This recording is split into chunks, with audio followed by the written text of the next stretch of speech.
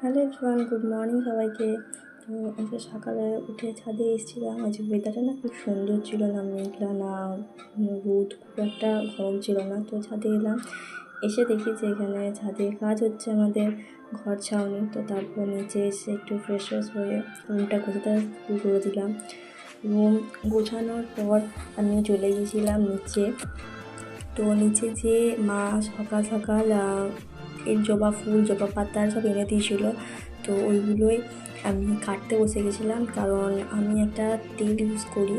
তো সেই জন্য সেই তেলটারই জোগাড় করতে লেগেছিলাম। আমলকি, আদা, জবা পাতা, জবা ফুল, মেথি, কালো জিরে, পেঁয়াজ এইসব দিয়ে তো ওগুলোই কাটাকুটি করছিলাম। যেহেতু নিজের তেল নিজেকেই বানাতে হবে, তো সেই কারণেটা শেষ হয়ে গেছিলো। যেখানে সব কেটে রেডি করে নিয়েছি, তেলটা বানানো হয়ে গেছে আমার। তো তারপরে দেখি মাও রান্নাবান্না করছে, মাছ ভাজছিল। তো রান্নাবান্না করে মা বলতো ওকে খেতে দিয়ে দিতে। তো আমি যেহেতু আজকে মাছ হয়েছিল, মাছ আমি খেতে চাই না, সেই জন্য মা খাইয়ে দিচ্ছিলো। এখানে মা খাওয়াচ্ছিল আর একটু মায়ের সাথে গল্পও করছিলাম, যেহেতু বাবার আসতে লেট আছে। তো ওই জন্য মা বললো তুই খেয়ে নে, আমি তোর সাথে একটু গল্প করি। তারপর বিকেলে উঠে আমি বাবার জন্য একটু চা করছিলাম। তো এই যে চা করলাম বাবার জন্য। সন্ধ্যেবেলাতে বাবা চলে গেছে দোকান, তারপর বাবাকে দোকানে যে চাটা দিয়ে এলাম।